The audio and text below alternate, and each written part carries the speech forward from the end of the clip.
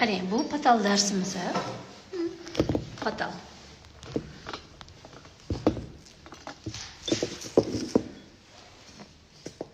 Patalli kleyi birinchi suriladi, keyin patalli, mana bu patalli ishlatiladi.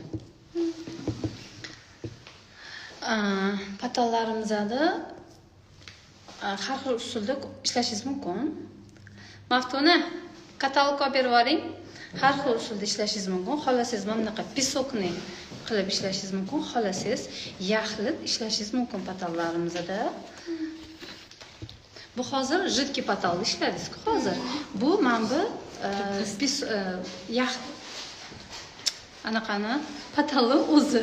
Siz oldingizda meni hayajon bosyapti. Hozir patalimiz turadi, qani patal. Bu hozir ham ishlaganingiz jidki patal mana bu. Endi sizga patalni o'zi haqida ma'lumot beraman.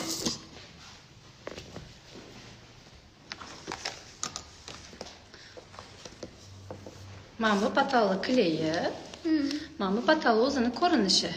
Mana bu jidki patal. Patalli 3 xil rangi bor. Tilla rangi, kumush rangi va bronza rangi. Birinchi kleyni surib olamiz, qilayotgan ishimizga.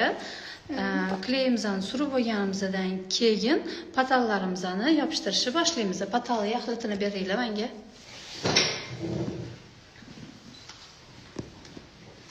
Xo'sh. Patalda mana bunaqangi usullarda ishlasangiz bo'ladi. Mana bu pisoklari, mana bunaqangi kichkina mayda bo'laklarda ishlangan bunimiz. Bunda tomchilatib kleyni surasiz va mana pisoklarimizni surib chiqasiz, yopishtirib chiqasiz. Mana bunda esa qarang, butun yaxlit turibdi. Bu yaxlitimizda esa mana bu patalni o'zi. Buni shunday olib mana shunday yopishtirasiz. Mana har xil ko'rinishda qilib yopishtirsangiz bo'ladi. Buni yopishtirib bo'lganingizdan keyin mana kleyni surib olasiz. Kleyni surib bo'lganingizdan keyin 20 minut kutasiz. 20 minutdan keyin mana shu qog'ozi bilan birgalikda yopishtirib, masalan yopishtirganingizdan keyin qog'ozi bilan birgalikda bunaqa qilib tekislab olasiz. Patalni o'zi qoladi, qog'ozni olasiz.